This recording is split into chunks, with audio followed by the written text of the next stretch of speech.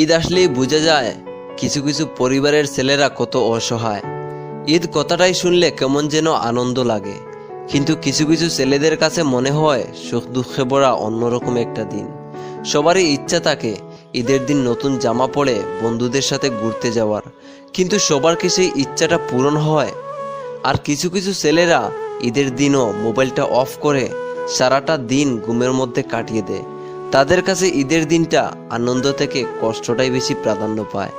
মা বাবা, পরিবার পরিজনদের কথা মনে করে চোখের কোণে জল রেখে ঈদের দিনটাও ঘরের মধ্যে কাটিয়ে দেয়।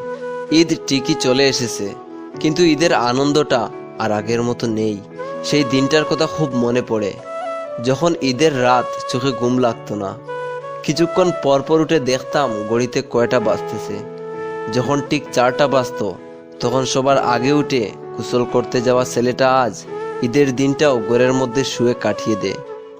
ঈদের দিন সকালে সবার আগে গিয়ে বাবার কাছে 10 টাকা চেয়ে বাবার হাতে ধরে ঈদগাতে যাওয়া ছেলেটিও আজ কোনো কারণে ঈদের দিনও বাবার সামনে পড়তে লজ্জা পায়। আজ অনেক কষ্ট হয় সেই দিনগুলির কথা মনে পড়লে। কই যেন হারিয়ে ফেলেছি সেই অতীতটাকে। নিজেকে অনেকবার